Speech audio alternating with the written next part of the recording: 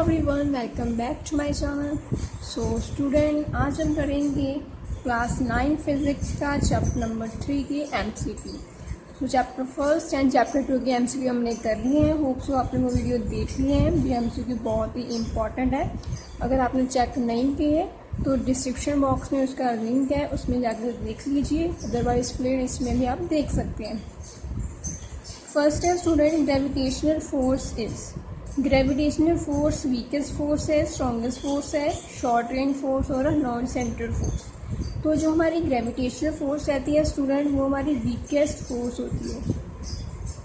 Universe में 4 type की forces होती हैं। जो ग्रेविटेशनल फोर्स होती है वो वीकेस्ट फोर्स रहती है।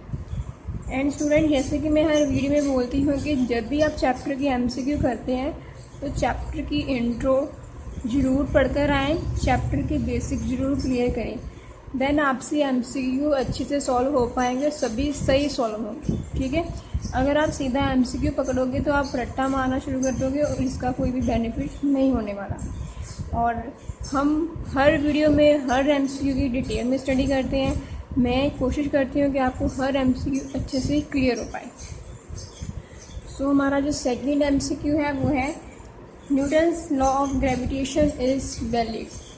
जो न्यूटन का ग्रेविटेशनल लॉ है वो किसके लिए वैलिड है? इन लेबॉर्ट्री में वैलिड है, ओनली ऑन अर्थ वैलिड है, only in our solar system और everywhere.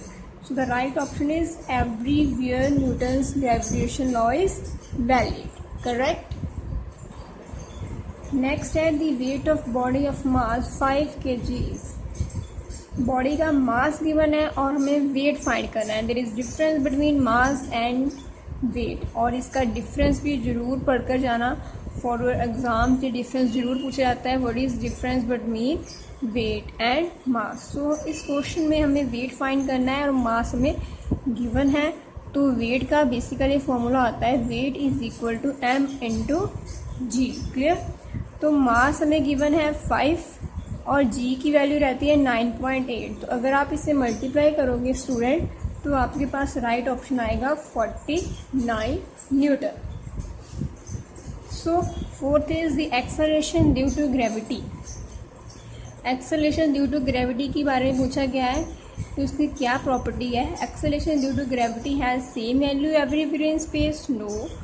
It has the same value everywhere on earth? No. It vary with latitude on earth? Yes. जो एक्सेलरेशन ड्यू टू ग्रेविटी है इसकी जो value है very करती रहती है। ठीक है, इस बात का आपने ध्यान रखना है। जो टॉपिक आपकी एनसीईआरटी बुक में है, अगर आपने पढ़ा हुआ है तो जिस टॉपिक के अंडर आप पढ़ते हो variation in the value of g, that is variation in the value of acceleration due to gravity above the surface of earth and below the surface of earth. That means acceleration due to gravity vary with latitude on earth. Clear?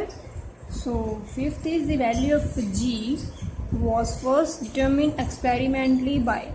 g की value first of all किसने find की थी? Scientist का name पूछा गया है। सो इसका right answer है बी। तो ये साइंटिस्ट का नेम भी आप बच्चों ने याद रखना है। ठीक है। प्लस अगर आपसे इसकी डेट भी पूछते हैं किस ईयर में फाइंड आउट हुई थी तो वो भी आप लोगों ने याद रखना है। वो डेट है 1798।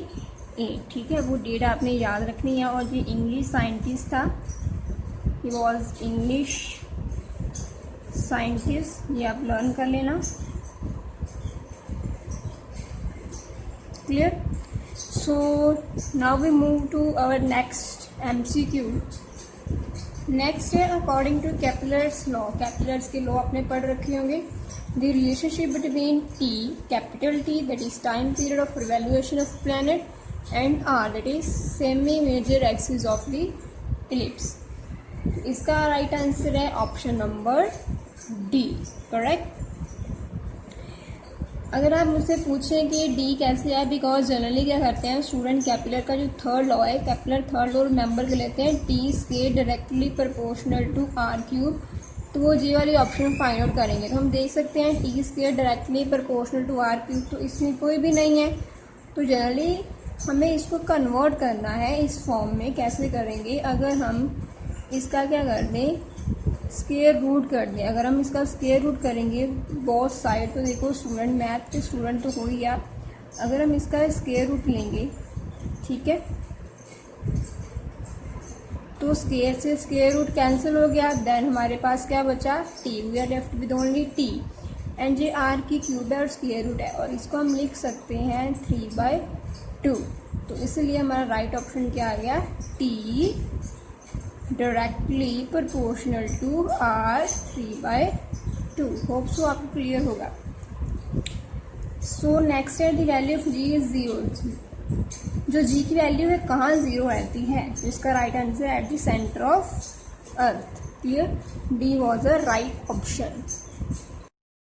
स्टूडेंट, ग्रेविटेशनल फोर्स किस टाइप की फोर्स है, रिपल्सिव फोर्स है, अट्रैक्टिव फोर्स है, नीदर ए एंड बी और बोथ ए एंड बी। तो इसका राइट आंसर है B, it is attractive force. 9, the type of force that exist between two charge bodies. दो charge body है हमारे पास, उसमें किस टाइप की फोर्स रहती है। उसमें स्टूडेंट मोस्टली बच्चों को लगता है कि इलेक्ट्रोस्टैटिक फोर्स रहती है, वो इसे टिक कर देंगे, बट चार्ज बॉडी में ऑलवेज ग्रेविटेशनल फोर्स भी रहती है और इलेक्ट्रोस्टैटिक फोर्स भी रहते हैं। इस बात का हम ध्यान रखना। ग्रेविटेशनल फोर्स रहती है बेसिकली ड्यू टू मास, ठीक है, और इलेक्ट्रोस्टैटिक फोर्स रहती है due to its charge. So इसका राइट आंसर होगा option number D, that is both E and B. Now our last is 10th, the unit of G by G. तो ये capital G आपको पता है कि कांस्टेंट है, यूनिवर्सल कांस्टेंट, और जो स्मॉल जी है वो आपका एक्सेलरेशन ड्यू टू ग्रेविटी वाला कांस्टेंट है। सो अगर हमें इसकी वैल्यू पूछती है, इसकी मेनली यूनिट पूछे गए हैं, तो हमें पता है स्टूडेंट कि छोटे जी और बड़े जी में ये वाला रिलेशन तो रहता है।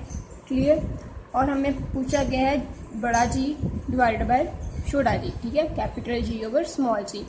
तो हम क्या करेंगे, इस जी को इस साइड शिफ्ट कर लेंगे नेक्स्ट वाले स्टेप में, जी बाय जी, और ये इधर चला गया आर स्क्वायर बाय एम। इसकी बेसिकली हमने क्रॉस मल्टीप्लाई कर दिए, बिकॉज हमें इसकी वैल्यू चाहिए, मेनली इसकी यूनिट चाहिए। तो अब देखो, आर जो इसके यूनिट होंगे वही इसके यूनिट रहेंगे। तो आर क्या है, एक रेडियस, ठीक है, तो इसका यूनिट होगा metre square. This is your mass, तो इसका यूनिट किलोग्राम। तो ऑप्शन क्या आ गया, मीटर स्क्वायर पर kilogram. So the right option is option number C. Correct student. So hope so आपको अच्छे से एमसीक्यू क्लियर हो गए हैं। फिर भी कोई डाउट है तो कमेंट बॉक्स में ज़रूर कमेंट करना, एंड प्लीज़ वीडियो को लाइक शेयर एंड चैनल को सब्सक्राइब जरूर करना, और साथ में दिएगा बेल आइकन जरूर प्रेस करना, सो दैट आप मेरी हर एमसीक्यू वीडियो और इम्पोर्टेंट क्वेश्चंस की वीडियो को देखते रहें। So thank you for watching, till then bye bye.